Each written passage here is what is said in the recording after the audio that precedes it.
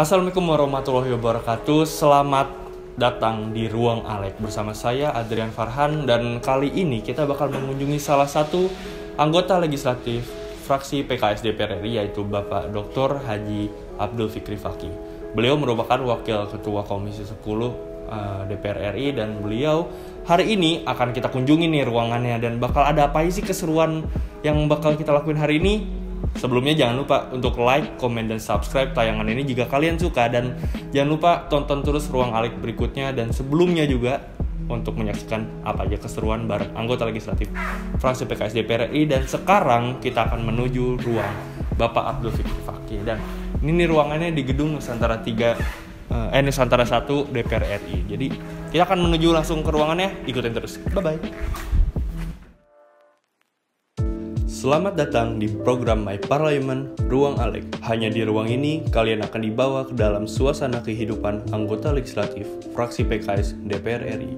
Kami akan membawa Anda pada suasana hangat dengan bertukar pikiran bersama anggota legislatif fraksi PKS DPR RI. Jadi siapkan cemilan dan tempat yang nyaman. Mari masuk ke Ruang Alek.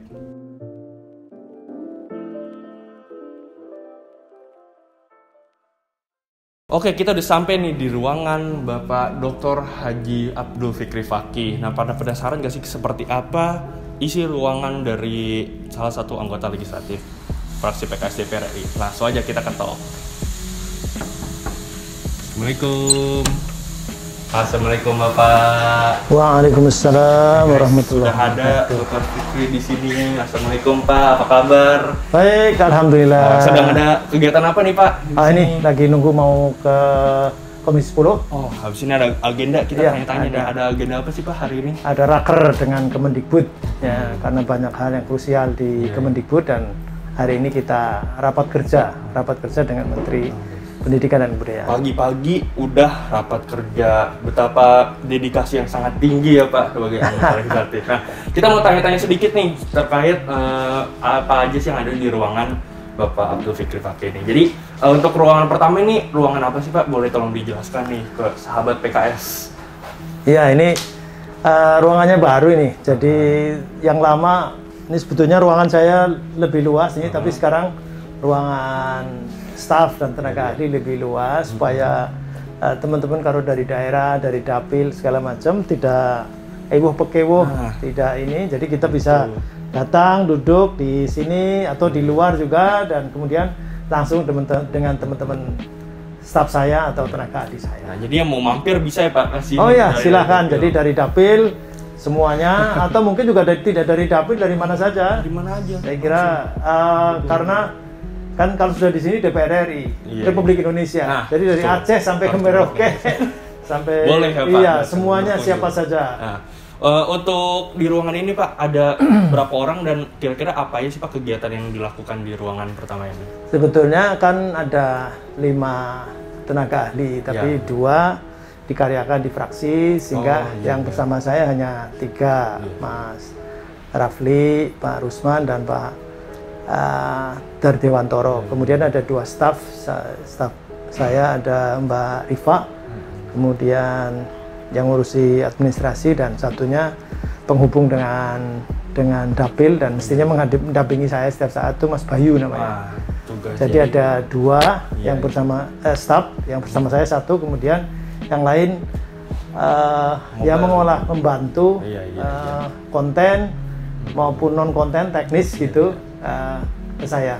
Oke, jadi gitu guys, semuanya punya tupoksinya masing-masing gitu ya Pak. Nah, terus di sini kita lihat nih Pak, ada meja untuk rapat. Nah, biasanya setiap pagi memang ada rapat bersama atau bagaimana? Ya, sebetulnya kalau tidak pandemi itu kita rapat setiap saat, setiap pagi sebelum kita mulai RDPU atau RDP atau raker, kita koordinasi dulu dengan staf.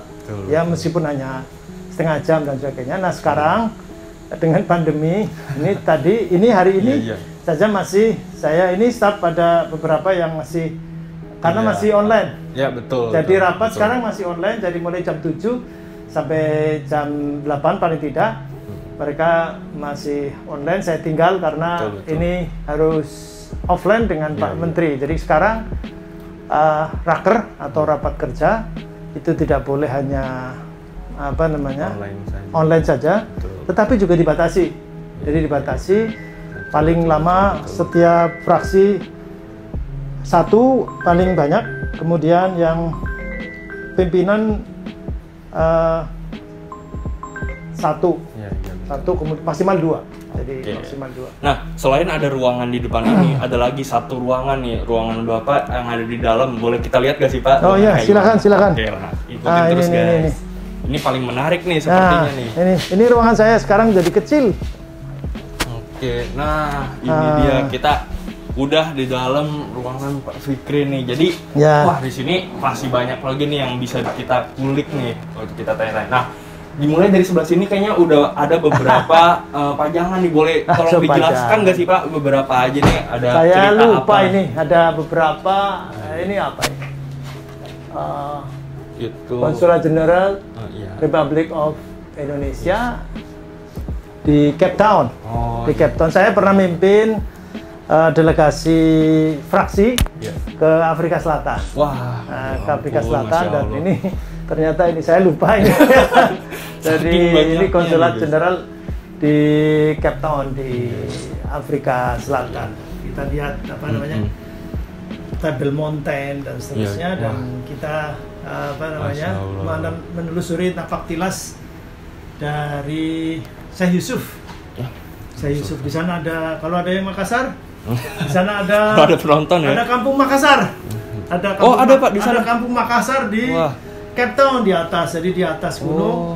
Jadi kita nggak bisa membayangkan seorang tokoh di sini yang kemudian melawan penjajah, kemudian dibuang di tempat yang kalau bahasa Quran itu biwatin ghairi dzi zar'in, tidak ada satupun tumbuhan di sana. Tetapi sekarang kita lihat betapa hijaunya, betapa makmurnya di situ karena ada Syekh Yusuf itu. Alhamdulillah. Nah, kalau ngomongin soal tokoh-tokoh berpengaruh, di sini ada buku juga nih Pak, tokoh inspirasi Jawa Tengah.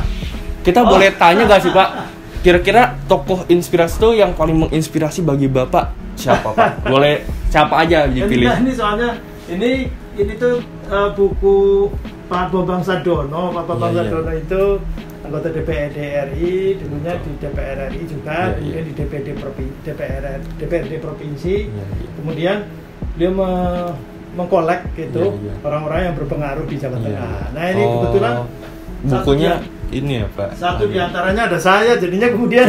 Oh, Masya Allah, ternyata Pak Abdul Fikri Fakih sendiri yang Jawa menjadi Tengah. tokoh inspirasi. Ada satu di antara 100 tokoh itu, apa namanya, Pak Bambang Sadono memilih saya, sehingga kalau misalnya ke sini, silakan ada yang ke sini nanti dikasih satu. Masya Allah, jadi begitu guys. Selain kita berdedikasi kepada negeri ini, kita harus menginspirasi juga ya Pak. Sebagai suatu. Kalau ini sebelahnya ini bapak saya. Wah ini guys, jadi ini banyak bapak saya almarhum Pak Fakih. Iya. Bapak Kiai Abdul Fakih itu, kalau orang pesantren di Jombang mungkin juga ada kenal, karena beliau orang pesantren kan nggak bisa ngetik. Bapak saya waktu itu zaman Jepang, jadi sudah bisa ngetik, sudah bisa ini. Nah ini sehingga ini tidak akan saya lupakan ini. Bapak saya ngajari saya belajar agama, belajar ini dan seterusnya ini. Pak Fakih, Bapak Abdul Fakih. Nah selain buku-buku, ini buku saya. Nah ini buku beliau sendiri. Nah jadi selain mengerjakan tugas-tugas seperti rapat komisi segala macam, jadi ada juga ya Pak sebagai anggota legislatif menulis buku. Ini kebetulan karena begini, jadi sesungguhnya saya sudah 2 periode ya di DPR RI. Yang pertama itu di Komisi 8, kemudian selanjutnya saya tidak disuruh milih di Komisi 10 pendidikan karena kebetulan saya setelah pendidikan S1 kemudian setelah itu jadi guru, jadi PNS, dan sehingga mungkin tidak hanya mendalami atau secara keilmuan, tapi saya punya pengalaman menjadi guru. Nah sehingga problematika itu kadang-kadang hanya dibicarakan di sini dan menjadi bahan-bahan rapat dengar pendapat umum atau raker, tapi tidak ditulis. Nah ini saya sayang kalau kemudian itu menjadi lewat begitu saja, maka saya kumpulkan menjadi sebuah tulisan. Ini judulnya agak ngeri nih, tentang kusut penyelenggaraan pendidikan dasar dan menengah di Indonesia. Dari judulnya sudah sangat menarik untuk dibaca. Mungkin nanti boleh gak sih Pak giveaway buat pemirsa di sini? Boleh dong, ini boleh ini. Jadi ini nanti atau yang kesini dan ada urusan dengan masalah pendidikan, bisa nanti boleh langsung. Iya, kita korek itu sebetulnya 8 standar nasional pendidikan. Itu sesungguhnya apa sih yang ada masalah? Ada 4 kalau saya ringkas, atau lebih diperas lagi menjadi hanya 2. Sesungguhnya pendidikan, problematika pendidikan di Indonesia itu hanya 2, sarana prasarana, kemudian yang kedua guru dan tenaga pendidikan ini. Jadi makanya sampai sekarang kan ada guru honorer, segala macam. Itu isu yang lagi panas-panasnya juga nih, nanti guru. Dan saya kira tidak akan berhenti begitu. Nanti ada guru honorer, ada guru yang ngajar di sekolah kerjasama, atau yang dulu namanya sekolah internasional, ada guru yang di pinggir-pinggir kota, ada guru yang hanya sendirian di sebuah sekolah, harus menghandle semua pelajaran, jadi itu all round. Jadi Superman. Jadi guys, jadi bukan main biasa, tapi itu dia. Itu kayak gitu kan banyak banget nih Pak yang bisa kita bahas. Gimana kalau kita langsung aja ke sesi berikutnya, yaitu Q&A, karena di sini banyak banget yang bisa kita tanya dan kayaknya lebih enak ngobrol sambil duduk dan juga santai ya. Oke. Sampai jumpa di sesi berikutnya. Dadah.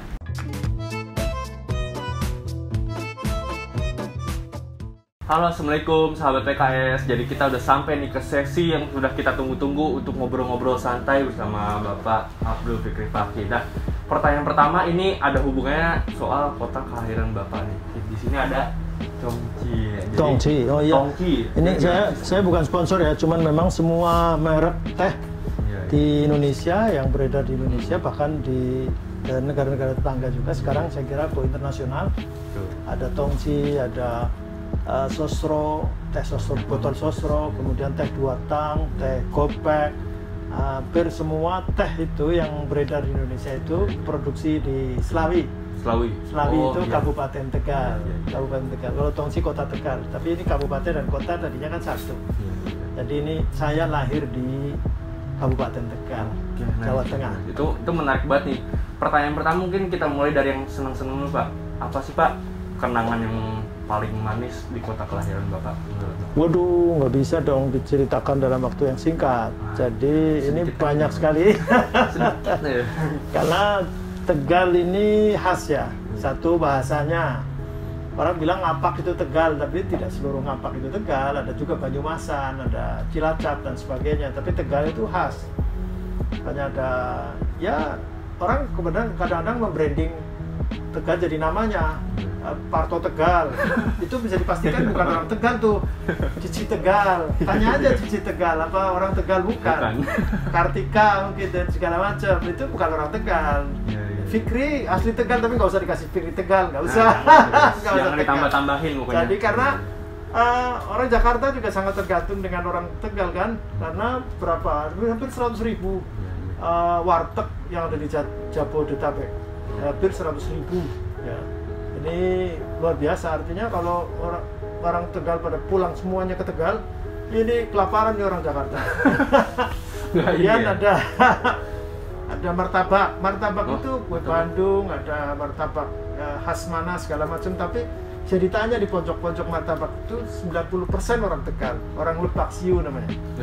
Orang Lebak Siu. Sangat mengkerucut ya. Iya, martabak itu kan makanan India. Nah, orang yang ikut dengan orang India dulu itu orang Lebak Siu namanya. Nah, banyak sekali saya kira karena ini di saat pandemi dulu ketika saya kecil, ketika orang pakai sepeda itu pertama itu orang Gazelle atau RRT atau apa itu kelas nomor 1, nomor wahid.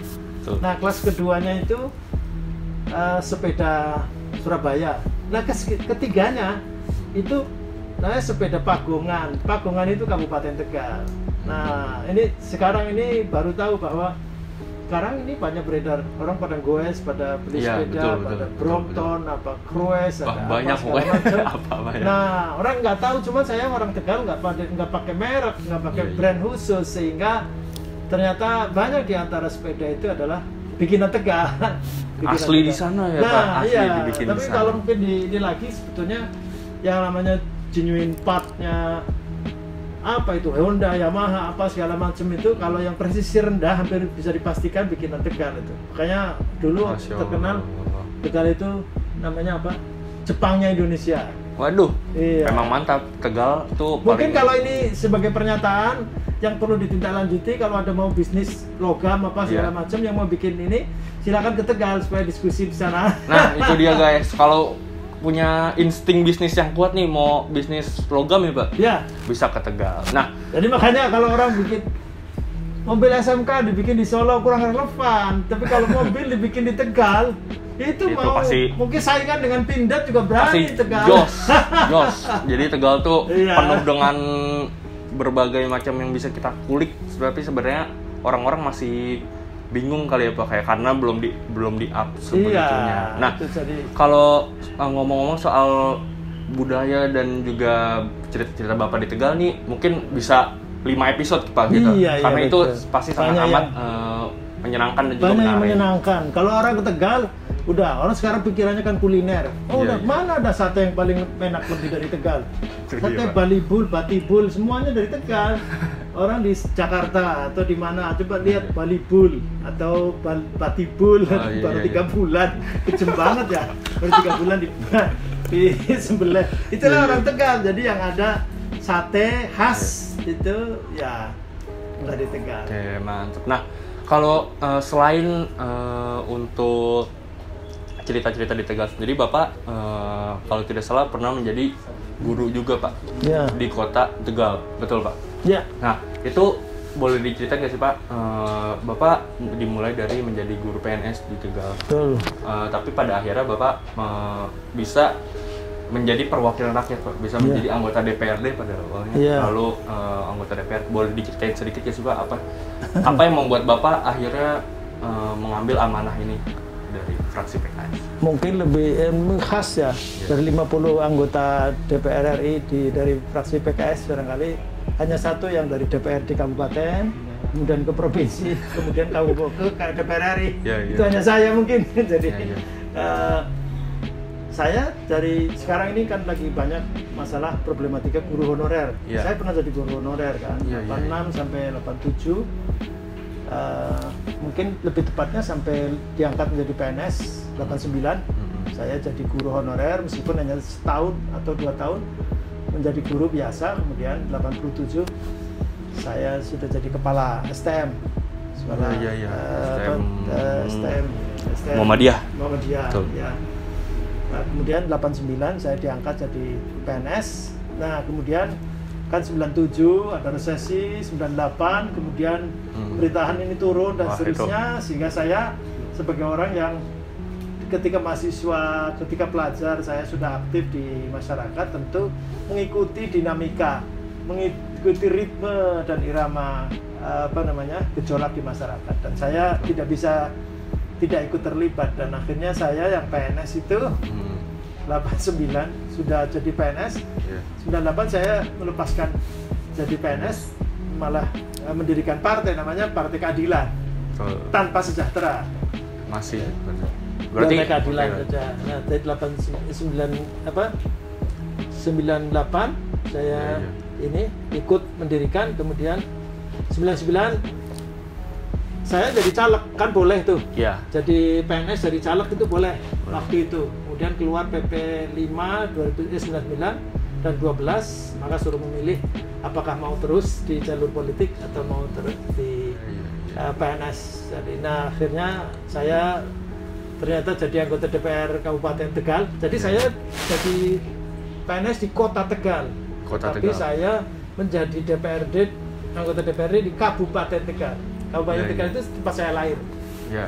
Nah, di Kabupaten Tegal. Kemudian 2004 saya mau kembali lagi menjadi Umar Bakri, Ya.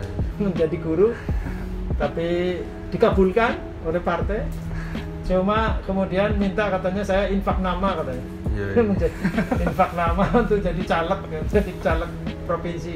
Ternyata tidak hanya infak nama, ternyata ya hanya 2004 takdir Allah menentukan saya jadi anggota DPR provinsi, maka kemudian saya berpindah tidak di Tegal lagi, di Semarang, karena anggota DPRD provinsi harus berdomisili di ibu kota provinsi. Maka sejak 2004 saya berdomisili di Semarang. Semarang, dan 2009 masih di DPRD Provinsi Jawa Tengah, menjadi wakil ketua DPRD Provinsi Jawa Tengah, sehingga tidak di rumah kontrakan, akhirnya di rumah dinas, di rumah dinas pimpinan DPRD di Papandayan sana. Kemudian 2014 kira-kira mungkin dipensiunkan mestinya di DPR RI kan, ternyata jadi juga di DPR RI. DPR RI jadi, kemudian kemarin juga 2019 saya kan sudah jadi ketua DPW PKS Jawa Tengah, kemudian sudah 2015 berhenti. Selanjutnya mestinya 2019 sudahlah, saya kira istirahat gitu. Ternyata kemarin tidak nomor 1, bukan nomor 1, menjadi nomor 2. Dan itu juga mengikuti lah, hanya sebagai pelengkap. Ternyata masih diamanai jadi DPR RI. Jadi sudah 5 periode ini terus jadi DPR. Itu saya belum pernah tidak jadi DPR nih. 99. Itu dia guys. Jadi panjang ya Pak perjuangannya, perjalanannya dari awal Bapak di kabupaten hingga menjadi Republik Indonesia. Nah, itu mungkin ini akan menjadi pertanyaan yang pamungkas kita nih Pak. Bapak kan akhirnya dapat amanah untuk menjadi anggota DPR RI di Komisi 10. Nah, Komisi 10 juga mitra kerjanya ada Kementerian Pendidikan Pak. Betul. Yang kita tahu kan pendidikan sekarang kita lagi mengalami banyak gonjang-ganjing bisa dibilang Pak. Benang kusut. Nah, itu benang kusut seperti bukunya. Iya. Jadi kalau menurut Bapak, pendidikan pada masa pandemi ini tuh sudah berjalan dengan sesuai rencana pemerintah atau sudah baikkah, atau kira-kira apa yang perlu dibenahi? Mungkin singkat aja Bapak, dari Bapak pandangan Bapak. Pengakuan pemerintah kan seluruh dunia tidak siap. Artinya termasuk juga ini pengakuan dari pemerintah bahwa mereka pun tidak siap menghadapi pandemi. Dan sampai sekarang masih belum siap. Berapa kalau kemudian satu-satunya opsi adalah dengan PJJ, pembelajaran jarak jauh, atau PDR, belajar dari rumah. Itu cuma 36% efektivitasnya. Ada istilah teknisnya learning loss, itu luar biasa banyaknya. Banyak anak-anak yang tidak bisa menangkap pelajaran karena bisa juga karena ketiduran, bisa karena apa, macam-macam bisa. Tetapi yang lebih ini lagi, setahun ini lebih, ini yang banyak mengkhawatirkan adalah karena 1 tahun ini ada lost generation, ada generasi yang hilang. Ini karena terputus gara-gara pandemi. Ini yang kemudian saya kira semua pihak tidak bisa kemudian hanya bergantung kepada pemerintah, karena pendidikan itu kalau urus di dalam pemerintahan namanya urusan wajib. Urusan wajib yang memenuhi kebutuhan dasar, tetapi dilaksanakan oleh pemerintah daerah dan masyarakat. Sehingga pemerintah pun tidak boleh kemudian sakit hati ketika dikritik oleh masyarakat, karena pelaku pendidikan adalah sekarang ini pemerintah lebih sedikit daripada daripada masyarakat, daripada swasta. Sebut saja misalnya menyebut satu misalnya pendidikan, Muhammadiyah misalnya. Muhammadiyah itu ketika pemerintah punya 10 pendidik perguruan tinggi negeri, dia sudah punya 25. Ketika pemerintah punya perguruan tinggi negeri 25, dia sudah punya 40. Jadi begitulah kira-kira. Itu satu lembaga pendidikan. Kemudian selanjutnya ada Nahdlatul Ulama, juga begitu. Dia lebih banyak, apalagi kalau Nahdlatul Ulama lebih banyak di pesantren. Itu tidak bisa mengalahkan. Jadi dan sekarang ini kalau pesantren tidak diakui sebagai proses pendidikan yang bisa diukur, maka kita namanya program pendidikan kita mengejar ketertinggalan terus. Jadi tertinggal. Itulah kira-kira. Nah, jadi seperti itu penjelasan dari Pak Abdul Fikri Fakih, dan mungkin sebagai penutup video kali ini Bapak boleh menyampaikan untuk generasi disebut ini lulusan COVID nih Pak, karena mereka tidak merasakan pendidikan selama 1 tahun secara tatap muka. Boleh ada pesan-pesan yang ingin disampaikan, kayak semangat kawan-kawan, PKS juga selalu mendengarkan, dan kalau ada aspirasi terkait pendidikan boleh banget kan Pak, kita mencari aspirasi. Oke, jadi boleh disampaikan Pak, mungkin ke kamera ini boleh. Jadi anak-anak semuanya, baik pelajar maupun mahasiswa. Sungguh pun ini masa sulit dan pemerintah sendiri bahwa mengakui ini kelemahan dan tidak siap, tetapi harus bersemangat. Satu, menjaga wajah. Barang siapa yang bersungguh-sungguh, maka dia akan sukses, akan berhasil. Kemudian walladzina jahadu fina lanahdiyannahum subulana. Kalau orang bersungguh-sungguh, maka Allah Subhanahu wa taala akan memberikan tidak hanya satu jalan, tapi banyak jalan. Nah, oleh karenanya jangan berhenti belajar, jangan berhenti berusaha terus, dan memang ini kondisi yang sangat sulit. Betul. Nah, ketika kondisi yang sulit, maka yang penting jangan berhenti. Istilahnya dalam Quran itu waqulik malu fasayarallahu amalakum wa rasuluhu wal mu'minun wa saturadduna ila alimil ghaibi wasyahadati fayunabbiukum bima kuntum ta'malun. Kalau orang beraktivitas terus, maka mesti akan ada kemudahan-kemudahan, akan ada kesuksesan gitu. Dan memang kalau di era disrupsi, terutama anak muda ini, dan kebetulan saya bermitra dengan Kemendikbud, Kemenparekraf, Kemenpora, dan perpustakaan. Maka saya kira kalimat akhir saya yang pertama, jangan andalkan orang, jangan andalkan orang tua, jangan andalkan orang hebat untuk menjadi sandaran, dan jangan kemudian bangga dengan materi dan sebagainya, karena the most valuable capital is invested in human being. Jadi investasi yang paling bagus yang ditanamkan di orang, makanya jangan berhenti belajar, jangan berhenti sekolah. Yang kedua, saya suka sekarang ini orang membanggakan, saya punya, negara ini punya minyak dan gas, negara ini punya batu bara, negara ini punya sawit dan sebagainya. Saya kira ini sudah nggak relevan. Sekarang ini saya suka mengutip judul buku Ruth Judkins tahun 2017 membuat buku judulnya Ideas Are Your Only Currency. Ide atau gagasan sekarang ini itulah satu-satunya mata uang Anda. Itu saya kira. Oke. Jadi seperti itu guys, sangat amat menginspirasi. Tidak salah kalau beliau masuk ke 100 tokoh inspirasi Jawa Tengah. Oke, terima kasih banyak Pak Fikri atas waktunya. Semoga sehat selalu dan semangat Pak untuk agenda hari ini, dan sampai jumpa lagi di episode berikutnya. Boleh tolong dikasih tahu gak sih Pak ke pemirsa, jangan lupa saksikan Ruang Alek di YouTube setiap hari Sabtu.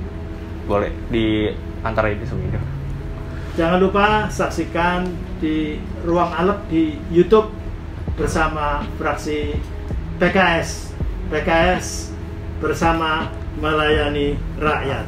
Oke, alhamdulillah, terima kasih banyak Bapak. Semoga sehat selalu dan semangat terus Pak memperjuangkan rakyat. Amin. Assalamualaikum warahmatullahi wabarakatuh. Sampai jumpa. Dadah.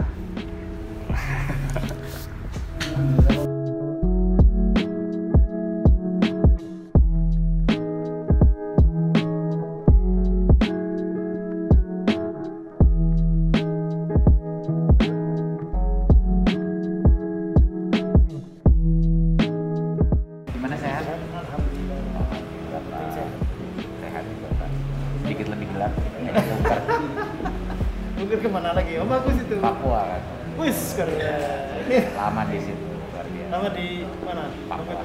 Sampai ke ini. Sorong, Kabupaten Sorong. Habis itu saya